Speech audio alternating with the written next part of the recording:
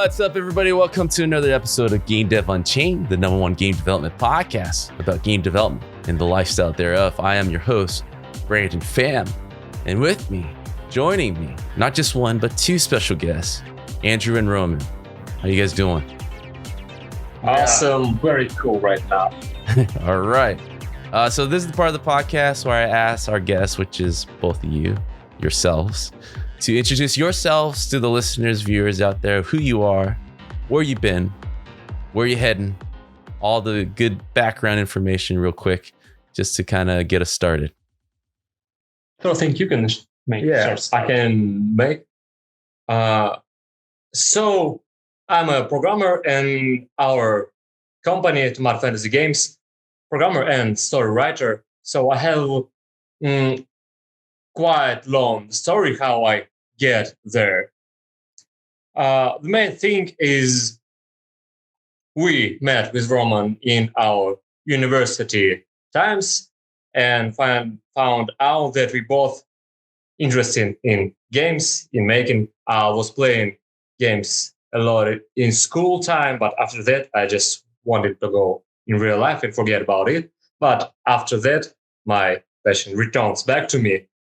So we created our first project, and I thought this is interesting thing to do in my life. So we started to developing our second game after this. So this is just brief story. I think further we will discover more interesting things. Roman can continue. I think I am artist and animator of all our projects, Double and Dynopunk, and I even didn't think that I will be an artist because my mindset is very good for programming, but I just had a tablet for drawing, and we decided that I will draw. Yeah, I always say to him that he will be good as a programmer. Yeah, but it happened that I am a programmer. That's hilarious. It's just two of us in our team, so somebody just needs to draw. Two of us. Yeah. And the artist looks like is me. So I never learned in art school, so I'm just a self-learner. So the art style of our first game was kind of poor, but in Dynopunk, I think we made a good job in style building, and most of the players are making good reviews about overall retro wave style and overall pixel art style, and I think we had nailed it very good. I will say that, thanks for reaching out. I'm always in awe and in support of indie developers such as yourself, like a small team that is able to have an idea but also finish through an idea, which is a huge. This is huge case, yeah. Huge case because you talk to game developers as much as I have, and you just quickly learn of the dreamers versus the doers, right? And there's a lot of game developers out there that wish and always like dream of like making their own game, but very little actually follow through with it. Yeah, when you make an idea or plan, it always seems that it will be quite easy to do this. But through game development especially, you learn how life is complicated, and it always turns to the way you don't expect.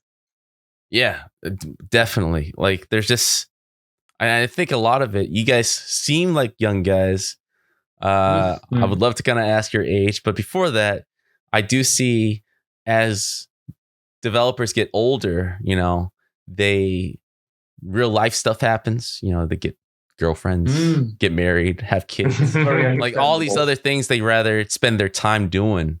And so it gets harder and harder to dedicate, this project I have in mind to actually. How old are you guys actually? Just kind of get that going a bit. So we both 28. Roman will be 38 soon. I'm already 28. We are, both 28. What did you guys start working? Well, for the first game and then Dynopunk, like what age were you guys at? Can you repeat, please? Yeah. How old were you guys when you guys started your first game and then Dynopunk? Yeah. In our first game, it was like 7 years ago. 22, I think, or 21. Yes. So yeah, and we just decided that if we will not make it now, when we finish in our university, of course, in further time, we will have less and less time for this. And for now is great time to build some kind of reputation or resources so we can probably make it full time in the future. That's impressive timing for young people to think ahead like that. It's the best time to start the game development world because we had our study and we had some part jobs, and after that we was making our first game, and we started from 2 work hours per day, I think, for Double, and then Double is our first project. Yeah, Double is our first project before Dynopunk, and then we was raising up these hours to just fluently increase our game development for our lives. And you was right when you told that this is hard to combine with other stuff like family, like partners, like some job, because we always had our jobs in this whole the game development way. And I have a wife and a young son, so it's pretty hard to continue to develop. But I think it's always possible to motivate ourselves when the team is really well built. You're kind of hinting at the differences. I would love to kind of ask more about this. You know, what differences have you guys seen that stand out from when you guys were 22 creating an indie game to now, right? Just the difference in 7 years. Like, what are the things that you're I think that are pointing we have developed more stable and realistic vision of what game is, because in the first, of course, you try to put all of your ideas. You think it's great. You think sometimes you're a genius and you are the one who created something new and unusual.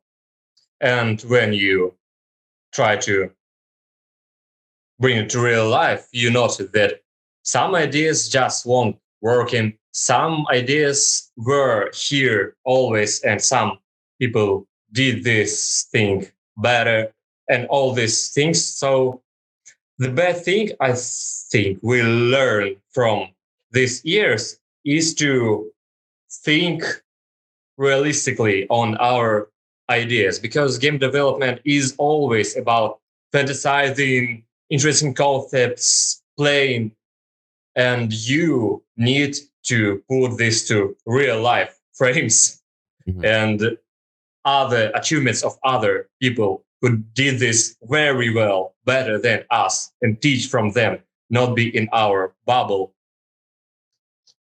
Yeah, for sure. I think this is a really good experience we get. And I want to add that I think the most powerful thing for me that I learned from these years is the knowledge how to motivate myself for this long way, because we was making Dynopunk for 4.5 years, and we didn't receive any income. We didn't receive any reviews almost. And it was hard times when you are just not have power to continue, and you need to start to motivate yourself. And this knowledge how to motivate yourself is the best thing, because it's very applicable in your everyday life. If you can share some tips, actually, like what you know, it might be very personal to you guys of like, oh, this works for me. But like when you're finding yourself in those situations where like, man, I'm tired, you know, you know, it's hard, you know, especially I'm 4 year in, like what kind of things were you guys doing was it the discipline? Was it just doing it, not thinking about it? Or what exactly helped you guys kind of get through these tough moments of finishing the game? I can say first, maybe. I think the main rule is if you are not the one-person developer, just talk with your coworkers and discuss the developer game, because the more you talk about it, the more you involve it and the more you motivate it. Because when you are sitting alone in your room and you don't know what to do, you just need to throw out your room and just talk with somebody about this game, because this will give you some new ideas. This will give you some new bright thoughts for your future when you will end this project. So I think the best tip that I can give to share: talk with people, show your game, take all criticism, and share your development with someone. Because when you do it just by your own, you will lose motivation mostly. It's easier to distance. Yeah, of course. For me, I think pretty same thing, but I personally did a lot of live play tests. So I was a programmer and also story writer in Dynopunk. So I always had an actual build of our game. So I invited my friends to my house and watched how they played this. So I think live showing of your game is the most valuable thing you can do to motivate yourself. Because for what you are doing games, for me, it's about giving emotions. So you need to see how your game brings emotions to people. And best thing you do, just sit with this person and watch how he play your game. So this is the best thing. And other thing is to reach out for some cool guys. For example, in Double, there was interesting story. I very liked game from Supergiant Games. Maybe you know this studio. Yeah, I've heard of them. Yeah. Yeah. So I liked music in these games. They had very good composer, Darwin Corp. So I'm making music by my own also. So I decided why not to write him and show my soundtrack to our first project, Double, and maybe he can share some thoughts. And surprisingly, I wrote to him and he agreed to give some feedback on this on the live. We made some chatting with our webcams. So this was huge inspiration for me. So just think for cool guys you can reach out, and this will give you huge amount of motivation. You will think, I can talk with these cool guys and maybe be as cool as them, maybe better in my way. So that is it. Yeah, I mean, definitely being surrounded by inspirational developers always help. I mean, you guys are kind of digging into this. I would love to dive into this. The amount of people that I've met, especially indie developers, you know, they've always kind of been a small team. In a lot of cases, you know, remote, right? Kind of working separately, not really in an office together. So it's harder, you know, there are challenges to kind of stay connected to the community, right?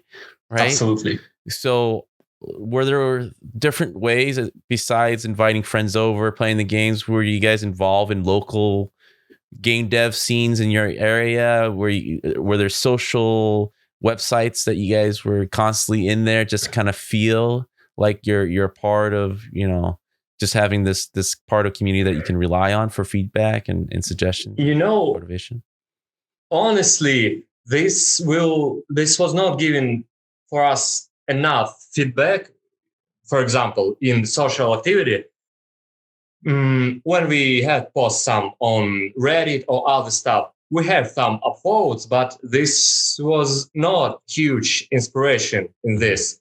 Mm. But the main thing we got from this stuff is finding cool people. For example, our composer from Dynopunk found us by himself because we had some posts on Reddit with our visual style. I think we posted trailer or something like this. Yeah, something like So he just found us on Discord and said, I like your style. I wrote some tracks for you in my spare time, so you can use it. Maybe we can make some communication. And we were very grateful. His tracks were just awesome fit with our style. And when we have found a publisher, we just suggest them, we can work together. Now we can make you payment for your awesome work. So just finding good people. In our first project, Double, there was same situation. We posted some Twitter stuff, and the girl from Germany who knows Spanish wrote to me and said, hey, I'm a translator in my free time, and I won't do this my full job, so maybe I can train on your game, make a translation for free. And besides of this, she is very passionate, interesting person, so this was cool motivation too. That's really cool. So I think I have one more advice for developers who are not located in the same city or have remote teams. The game dev festivals is the greatest way to show your game because you will meet different types of players and you can get more criticism of your game than just looking of one player at the time. So participating in these festivals is the best way to get some points, issues, or some criticism for your mechanics in a good way. Because in game dev festivals, as we noticed, all players are very into the gaming, and they will not just hate your game if it's bad. So it's the best way to get some reviews in the early stages if you are not one team in the city, united team. What were your guys' favorite festivals that you guys were attending? Is it mostly Europe, or you guys went to North America? If we can talk about online festivals, I think the Steam Next festival was the biggest festival. And for offline festivals, we was only in our city game dev festival. So we was participating in a small festival. So I think it's the best because it's the only one. Right. And you just set up your laptop or station, and yes, it's just it was a huge dirty tent, several rows of tables, and it was full of developers like us. Some people bring several monitors and setups. We just took our laptop, and our place was never empty. So that's really the whole festival, somebody was playing. Also, it was outdoor festival, so it was also interesting experience. Just do it on the nature. It was like in a park, so it was a good experience, I think. And in terms of feedback, were you just asking questions as they're playing it, or did they have to write down on the survey? How would you guys taking feedback? We just saw reactions of players. I see. Just their mimics, their momentum. We have a lot of jokes in our game. So me as writer just noticed what lines of characters bring some emotions to people. And we tried to not distract people from playing and not to give them tips or tutorials during playing, because when you launch game, you can't see it with other player and say, you need to press here to continue. Player need to understand this from your game flow. So good thing is to notice where players stopped. They don't know how to do. And this is not a solution to help them in the festival to say, you should go there. You should notice this and improve this system. Mm-hmm.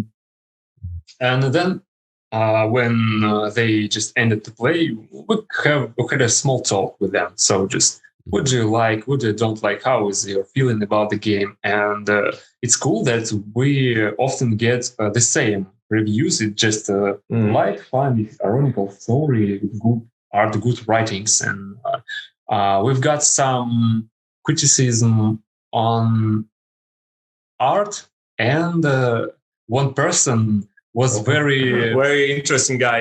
Yeah. he was he's, how I could say, he had criticized in mind that can say things directly right to you, just harshful truth. And it was very interesting too, because he had a lot of criticism of our game, for example, that he already saw, he said, all this stuff we made in other games, for example, visual novels. This is not so new. Dialogues. This is not awesome like in Disco Elysium, because me as writer, I'm not so skilled. I'm only learning. So this was interesting too, to back on the ground and to hear opposite opinion of what we heard. Because for me, it was a signal that we need to think more, to do more unique things and to search. Maybe someone did this before us, so we will be not unique. We can use their experience and build something on top of this. Mm-hmm. Yeah, I think it more than ever now is great for brutal honesty, but like in a way that's constructive, right? That's the difference with the internet. You put your game out there, people love to rip immediately, but offer no solutions, right? They just love like hating on your game, and so it's very difficult. I don't think. I think Reddit, if anything, gives a lot of attention to the right people, but then you got to be, careful. Well, I guess like ignoring all the hateful. You got to look past the hateful comments to look for the good people out there who are just. But surprisingly, we didn't have a lot of hate at all. Maybe some, but very small amount. This was surprising for me. I sometimes thought, why we don't have a lot of hate? This is strange. It's surprisingly, because it's a visual novel about dinosaurs, and it's pixel art. It's so much points where you can hate the game, but it's just nobody will hate it. Because we don't have fame and a lot of fans, so nobody can hate us. It's a good. It's definitely it's a good problem to have, in my opinion, because I've met so many developers or just creators in general in any industry, and it can really bring you down, especially if you're just trying to you're presenting your baby to the world, and you don't want it to be completely killed off. It's like I work with an artist. I worked with an artist. It's a girl who was drawing some arts for a game, and she's very sensitive for hate speech in the comments. So I think one hater's comment can paralyze her for a month of work. So it's very sensitive art persons. You can let him there. I think for creatives, it's all like that. Successful people say, if you have haters, you have fans. Yes. I think we need to take more haters. Yeah. I think a product that is divisive, having both extremities of hateful comments and then like very well liked comments is always, I feel, is the best type of product. Just having that type of discussion. It's like a hate it or love it type. Because I think art itself, it need to be a little bit controversial to develop new horizons for people to give a new perspective. So if you don't have a lot hate, this maybe tells that something that you do not so new. Yeah, not innovative. So the working situation, right? So obviously back at the university, I'm assuming you guys were in the same dorm or at least near each other, working your asses off for the first game.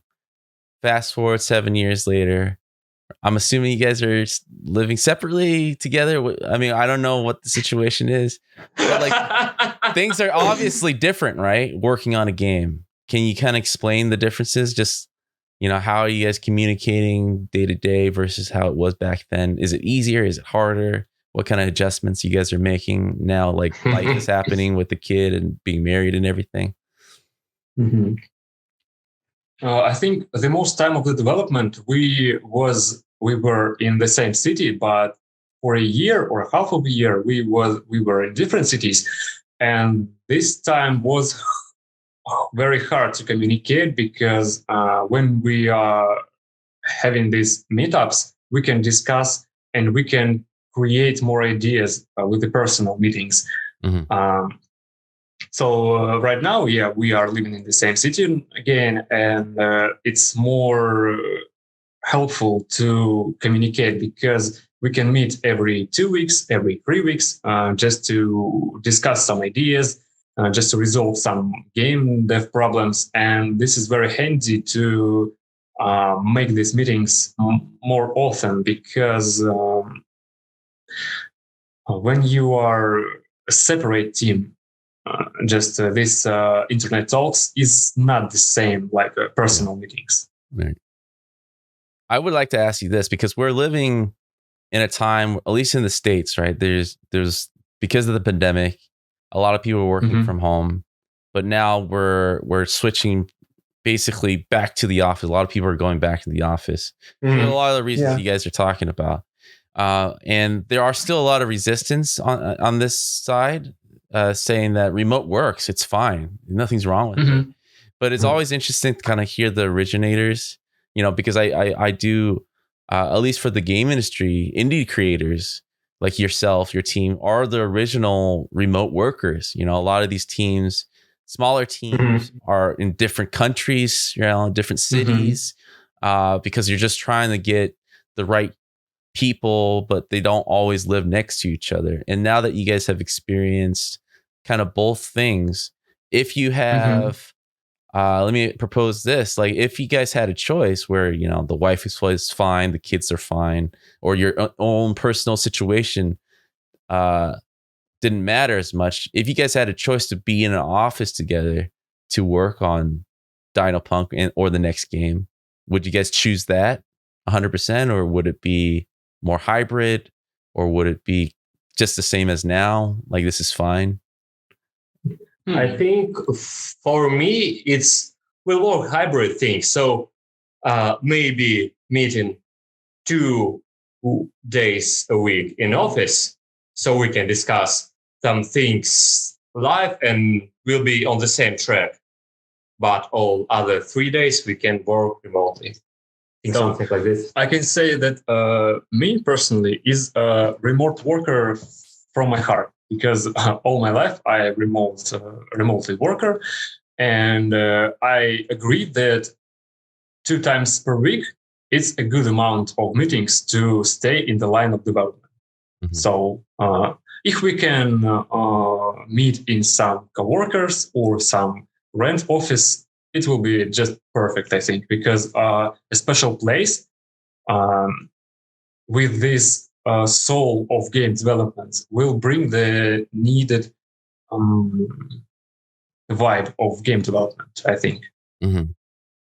I think, I feel the same sentiment. As creative people, we kind of feed off each other, right? And being next to each other, there's something magical that happens with creatives to kind of brainstorm easily. Yes, I agree.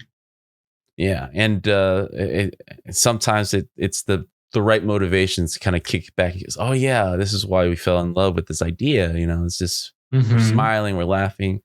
A lot of this Zoom call, what I found and reading is that we're not used to just seeing just this, right? Because you're looking in person, you're looking at the body language, your hands, your feet. You're not just looking at the face the whole time. And plus, you have some delay with connection. This is not too good for communication. So in live communication, you can maybe interrupt each other in a good way. So the communication get more live. And in our interview, we need to wait, calm down ourselves a bit, wait for response, and this is fine, but cuts off a bit of liveness. Yes. Yeah. And in real meetings, you can just walk from one corner to other corner just to shake your mind. Yeah, you can, if you disagree with your comments, you can just make fight. Yeah, there is like I'm not locked in my chair to talk with you, right? I can walk around. There is something to that for sure. So let's talk about Dynopunk, right? What was the original inspiration behind this game? You guys, you finished Double, you put it out there. How long in between did you guys finally get started on Dynopunk? A month. If I remember, it was almost recently, almost immediate. We just take a small breath and saw that we want to continue this interesting journey. So the origin of this idea was very interesting, and it sounds very funny from this perspective now, because why we chose to make some kind of visual novel with gameplay stuff, because we thought this will be quite easy thing to do, not a lot of gameplay. Visual novel stuff is not so hard to develop. Okay, we can try it. So here we are after 4 years of development and finally releasing this. So I think the funny story is that we made a research and we found that there were 3 tags that are very popular in these days: dinosaurs, bartending, and cyberpunk. And we simulation. Simulations. And we have thought how to combine this in one game. And so here we have a Dynopunk, where you have a repair shop, simulator, dinosaurs, and cyberpunk. And okay, we've done it. Do people need it? I don't know. Maybe we'll see. For now, it's not so clear. Yeah. It speaks to you guys' experience and maturity, it feels like, right? The marketing research aspect of it, looking for, what's happening and not just purely just trying to build whatever you guys feel like, right? It's like, let's keep in mind we're trying to sell this as a product. Where did you guys always have that, or was it just, just by developing the first game, you guys were thinking about how to go about this differently? Where did that come from? I assume that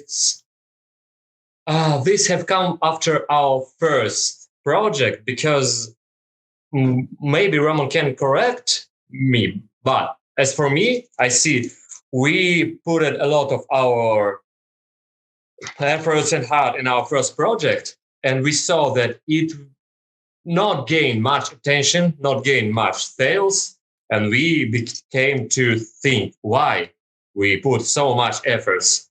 And this was a lot of research after this, because when you do a lot of efforts and it will not make so much feedback as you expect, you think there's something we're missing.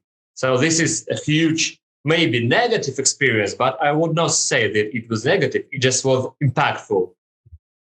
So after this, we have some mind shift. And after finishing Dynopunk, we have also second mind shift because we noticed that you need to develop more pop, genre, popular, because you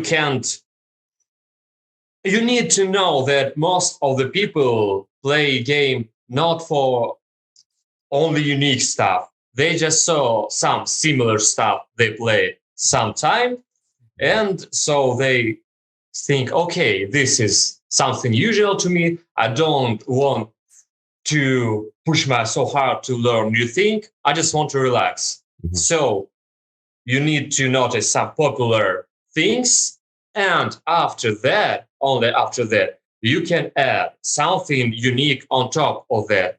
But if you just not so experienced indie developer, this is a very rare situation that you make something unique that's only on your mind and it will blow up.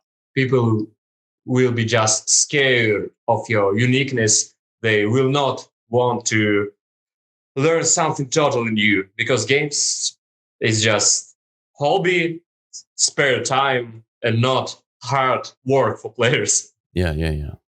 I think, as Andrew said, that this was a step-by-step process because before development of Double, we hadn't any knowledge about marketing, about analyzing stuff, and we just did it and pull it on Steam. So it was just our first experience. Then we started to learn on our mistakes. And then we start to analyze what may be possibly popular for a player as a game. So we thought visual novel is kind of good start for us, and we did it. Now, when Dynopunk is finished, we have much more experience, and we are better know where to look, what to look at, and how to. I just, why I'm laughing. This is very stupid. I heard Roman said we started to analyze, and I separated this word to analyze. So yeah, but sorry. Oh my god. Where we stopped. And I think we learned how to do interesting game for both of us, just to have a passion to make it, and how to make this game more usual to the player. Yeah. So it's just like we make a usual roguelike game, but with our unique ideas in it. So when the player looks at our screenshots, he is finding a usual roguelike game that he likes. He downloaded it, and wow, it has unique ideas. I like it now. There's definitely something to that for sure. I think I read something recently that was that leans towards to what you guys are saying, where people connect with things they're familiar with, like 80% of the game or whatever, and then they are more open to kind of discover new things, right? New mechanics that you guys are introducing. It's just how people are. People just usually are not tend not to want to try new things, right? They kind of get baited into familiar things and then explore the newer things for sure. Yeah, there was interesting moment I noticed in my life. I was driving with one of my mates after playing volleyball, and he was tired, and he was listening to his music in the car, just random stations, from internet, and radio station turned on for him new music, and he said, "Oh, I'm so tired now for listening something new. I just want to listen something similar." And I thought this is very common situation for most of people with games. Most of people just tired from work on other life stuff, so they need something usual, kind of. It's like if you're playing first-person shooters and you just want something new, you are searching for first-person shooters, but with some new mechanics. Exactly. Yeah, I think and another thing that you guys were speaking to, learning from the mistakes, building off of that, getting better, right? Mm-hmm. One of the things that I see often with indie developers is that they stop too early, right? They just like after one game, one hit, it's like, oh, we tried everything. It's time to we just don't have it. But I've seen many times the one that are doing their second game, third game, fourth game, right? They're the successful ones because they are building off of, they're building up their fan base, they're building off of their the lessons learned, they're getting better and they're getting faster, right? And then they're putting in more quality. And it's unfortunate that a lot of potential, get wasted because they just like, well, we only do one game, and if it doesn't work, it doesn't work. It's like winning the lottery, right? It's like it's almost like a rule of life, I think, because if maybe game development or other stuff will be so easy, it will be too overcrowded, and this cannot be happening just. So I think this limitation in all life areas, you need to push you so hard to stand out from, middle level. Otherwise, everyone will be doing awesome stuff. Yeah, I think releasing your first game, if you are not experienced guy, it's like a random result. You can't rely on it because when you do a game for a full release on Steam just for the first time, you can't think that you will be popular for sure. You will have millions of sales. No, it's just not how it works. Huge percent will be on the side that you will not be noticed at all. It's just for experience. It's just to understand that you are able to make a game from scratch to finish and push it to the Steam, get some reviews, and you finish this way. You are able to do it. So just take your power and make it again, but better, bigger, and with all experience that you get.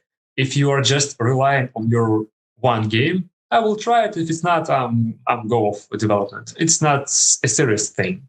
There was analytics I read. It said that the most popular indie developers they become popular after their third project. Yes. So it's just the statistics. It's just dry statistics that the most popular indie developers became popular after a third project. So if you're doing just one game, so it's like throw a stone to the wall and have a dream that you will be a millionaire because of that. It's just nonsense. Right. It definitely like you said, if it was easy, everybody would be successful and rich and be able to do it the first try, right? Sure. Like in some pushing to the limit. Yeah. I hope we will not be banned for that. So obviously, the difference of shipping the first game and the second game, you guys are feeling it right now. You guys are more like, we've been through this before, a little bit more experienced. I mean, in terms of publishing, was Steam always the place you guys were going to put it, or do you guys look at other options? Are there other options nowadays that are coming up where you guys say that's interesting, that are alternatives to Steam, where you guys considered self-publishing on those platforms instead? Self-publishing is a bit hard when you don't have a lot of resources in your hands, because you need localization for different languages. This is it takes a lot of money. You need QA. You need some other stuff that takes money. So I think self-publishing can be only when you're pretty sure that you made very successful game, or when you have some resources. So for now, self-publishing was not an option for us. But as for other platforms, that's the thing, Roman can continue. So So I think what I can say about Dynopunk and other platforms, Steam is the biggest platform for the game selling, and of course we was planning to releasing it. So on the other hand, we have Epic Games Store and maybe GOG, how it goes. Yeah. Uh-huh. So we were not released on these platforms yet, but we're planning. So, and of course, but it will not make big sales, as we know. This Epic Games is just some kind of small addings. Right. But as we learned from our publisher, what can give you a huge push of sales is porting your game on mobile platforms if your game is fit on it. So we have a visual novel, and we played Dynopunk on handheld with sensor screen. So it plays very good. You can cut shapes by your finger. You can just tap to skip dialogues. And it's very common to play on Steam Deck. We tried it. So if we will release it on Switch, it can be very good for our sales. But we just need to make our publisher to port it. Yeah, because to assure that publisher that he will get some additional money from sales on Switch, because for publisher it's all about business and money. Of course. Where were you guys in development before you connected with your publisher on Dynopunk? Was it a year in? Were you guys constantly looking for publishers? Did it happen just at the show? I mean, what was that story about? It was a very long story. Yeah. So this was stuff I made it. Think I made is just first find a lot of publishers that can possibly take us on board. For example, that have same project as us, have some quality and all the other stuff, and write down a mail to them and iterate quality of this mail, because my first mails was just picture and our brief explanation of Dynopunk. It was not working well, and we started to research how to make it better. I found some tips, watched some videos, found some templates. And after that, we have made just PowerPoint thing with key features, with beautiful art and all this stuff. So we need to impress publisher with images, because when some person opens your mail, he does want to read a lot of text, how awesome is your game. He need to immediately be like, wow, this is interesting. And the best way to do this is just visual things. Mm-hmm. So it was about an year, maybe, it's about a year. I constantly sending these mails, and for I think 8 months, we didn't receive any response. These mails were just send it and never answered. Mm-hmm. So this was very demotivational. But the thing in this stuff, I think, is to take a break. So when I understand that I just tired of these things, it will not get anything, I just forgot about it maybe in a week. And after some rest, I feel, okay, I can do this again. Mm-hmm. I can try it again. And this is very helpful stuff in all things of life. You just rest. And after that, think, okay, I'll try again. Okay, I'll try again. And after a year, we had some conversations with nice publishers and get some reaction, because we constantly learn from our mistakes and improve our pitch. Mm-hmm. So after talking with several publishers, we choose one. This was a celebration. Mm-hmm. Yeah. This was a long way because we had several publishers at the same time, and we was needed to to look for benefits from what's better. Yeah. What can be better for us? And one publisher can give this, one publisher can give that, and it was a tough choice to do, but we made it, and now we have a publisher who made tests for us, QA, localization, and some marketing stuff. Yeah. So it was a tough way, but the result is better than we had with Double. Yeah. I mean, that's fantastic. So it was just 0 answers for 8 months to a year, and then suddenly you had multiple offers. Yes. Was there something specific that you guys did differently to kind of make that jump? I can say that we made a PowerPoint presentation. Oh, so before it was just email and yes, and with memes. We put a lot of memes about our game, and I made in After Effects some unique memes about our Dynopunk game and common usual memes that you can see at this time. So it was good. I think this meme with Chinese guy, it's like, it's a pen, it's an apple pen. And we made it's a dino, it's a punk, it's a Dynopunk, and animation preview. That was a stupid good joke. Yeah, you need to know that always your message will open person, and you need to get to the emotions of this person. So he will bring your game to other staff of the company. Mm-hmm. So it's all about personal interaction with the people, this person you don't even see, but hopefully you can have some impact emotional on this person. To care about your product. And an image or a clip is better than just a bunch of words. Yeah. I can say that you should not do official emails when you're indie. Yes, maybe when you're big company, but when you're indie, you should be as much personal as you can. Right.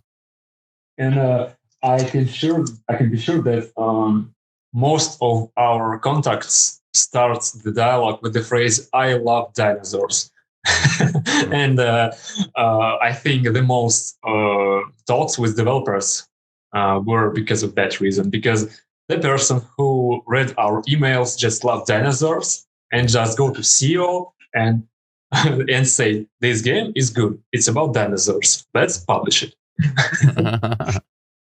It definitely helps.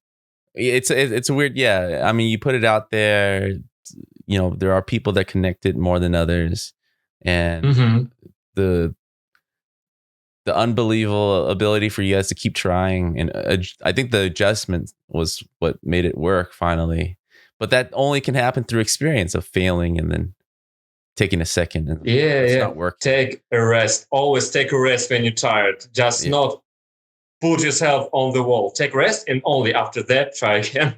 Yeah. And I think that's like a lot of stuff that people tend to do, where they're just constantly there's this weird misunderstanding of, like, you know, just keep trying, it's gonna happen. And the problem is, like, people keep trying the same thing and they don't adjust. Right. Yeah, and I think a lot of people don't understand that part. It's like, you keep trying, but you gotta sit back and analyze the data and then keep trying. Don't keep doing the same thing over and over and expecting a different result, which is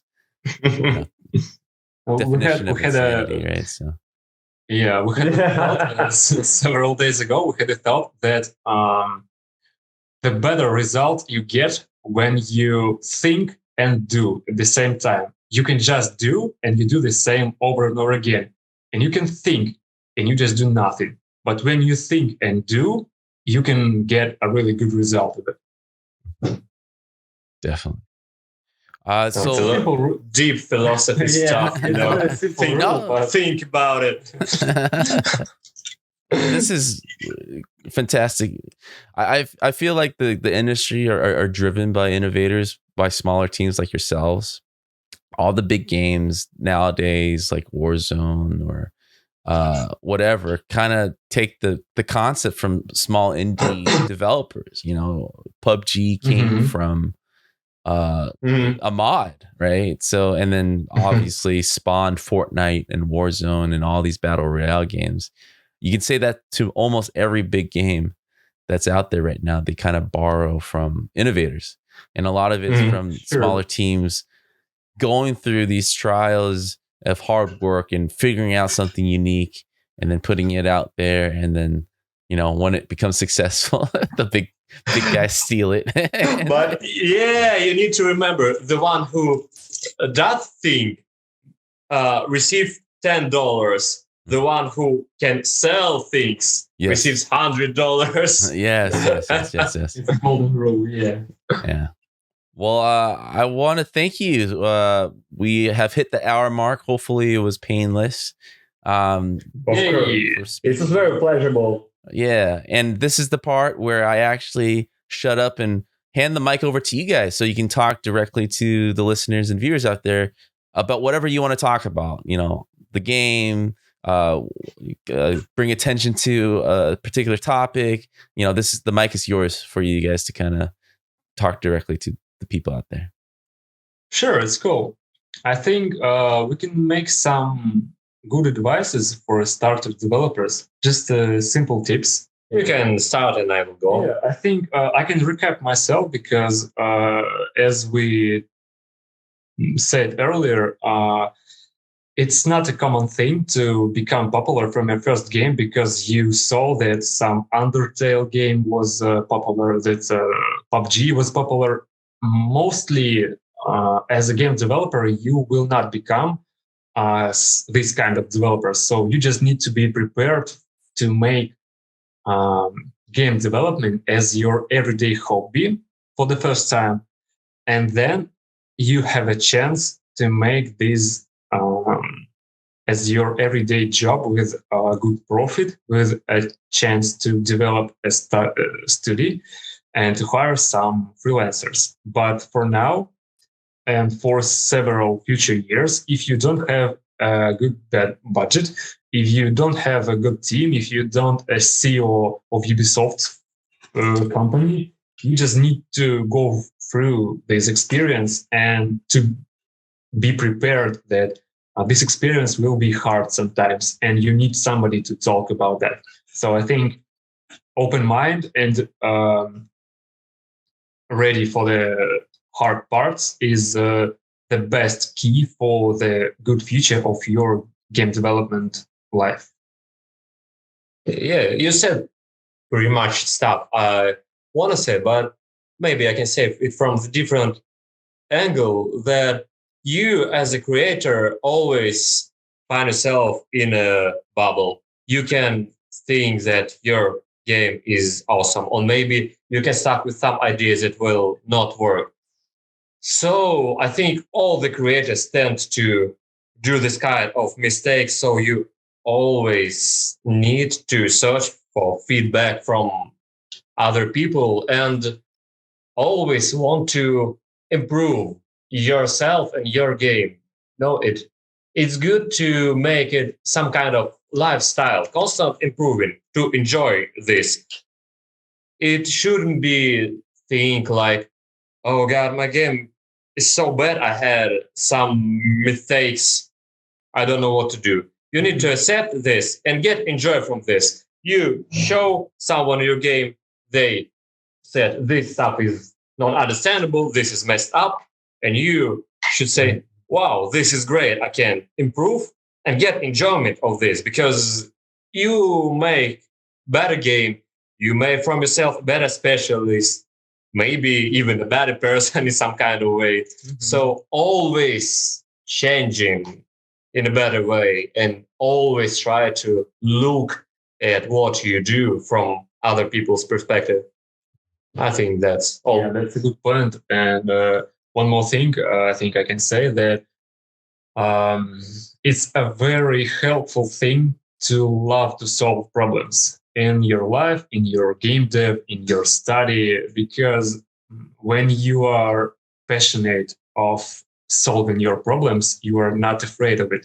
And when you showcase your game and a lot of people says that your art is bad, there is no proportion, there is no composition in it. So you are taking it as a problem, and if you are ready to solve it, you are ready to solve it.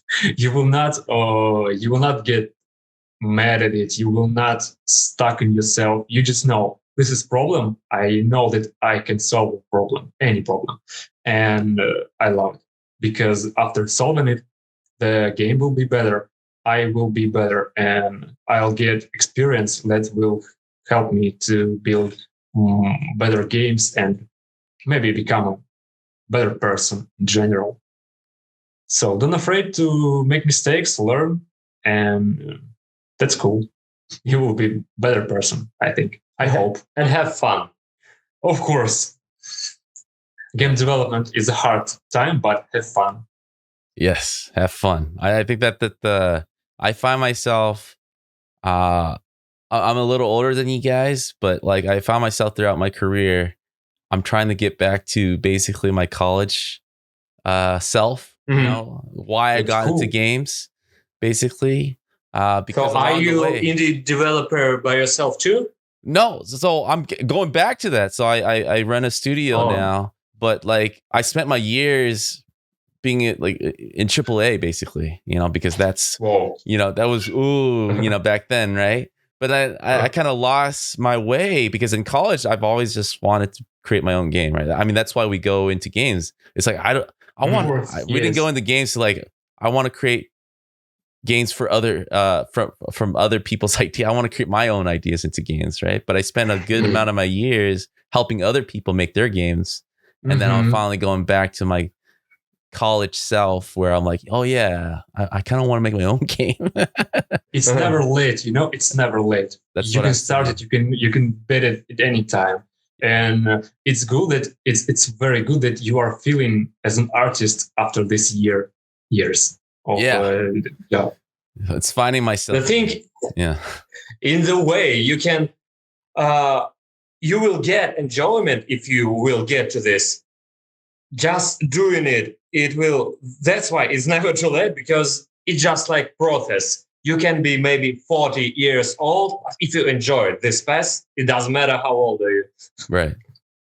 Definitely. You know, I really motivated when I see artists who are really old. It's like 70 years, 80 years, and they just continue to make arts because they just love it.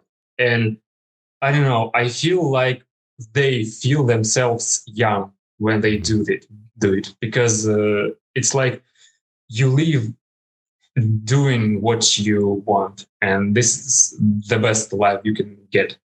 Yeah, and I think I'm beginning to feel like that's the soul of a artist or a creative, is that you're trying to reconnect to the kid version of yourself. It's a good idea. Yes. Yeah. Well, thank you guys for coming on. Super inspirational. Obviously, you know, the game is out, right? For those who are looking to find it, right? Go into the link pages and find these guys and support them. Right. I'm looking forward to your next game. All right. Sure. And many games after that. But thank you guys for coming on. It was a pleasure talking to you. Thank you too, and good luck with your projects and all this stuff. You can do it. I believe. We believe in you. Yes. All right. Well, thank you guys. See you guys all next week. Hello, everybody. Brandon here. I want to talk to you today about something very special. We've been on this wild ride together, haven't we? From my early days as a senior employee, feeling a bit lost, all the way to leading multiple studios, transitioning to smaller indie teams and to the mobile industry, and now running my own game studio for the last 6 years. Throughout this time, you've been here listening and learning along with me, sharing this never-ending journey of discovery. This year, I'm kind of on this quest of meeting serial studio founders, discussing acquisitions, or exploring what it takes to grow a studio to over 100 developers. I've always tried to find an exciting topic to delve into, and every year is a little different. The focus is a little different because that's where I am in my career currently, and I want to be able to share what I'm learning with you guys. So I've always been dedicated to asking the tough questions, bringing you insightful answers from industry leaders and experts, And now I want to share with you how I'm applying these answers to my own journey. This is why I'm excited to announce that for just $1.99 per month, you can now subscribe to our exclusive content series. These bonus episodes will give you a deeper look into my personal experiences and how I'm putting into practice what our esteemed guests are preaching. It's more of a personal side of the journey that I hope will show you that we're all in this together and we're all continuously learning. Whether you're a game developer, studio founder, or just a passionate gamer, there's something in it for everyone. By subscribing, not only will you gain access to this exclusive content, but you also be supporting the ongoing production of the regular programming. It helps keeps the lights on and ensures that I can continue bringing you top quality content and insight into the world of game development. The links to subscribe are in the description. Your support means the world to me and helps me keep doing what I love, sharing this journey with you. So show some love, hit that subscribe button, and let's continue this adventure together. Thank you all for your continued support. And as always, stay tuned for more exciting content. Until next time, this is Brandon, signing off.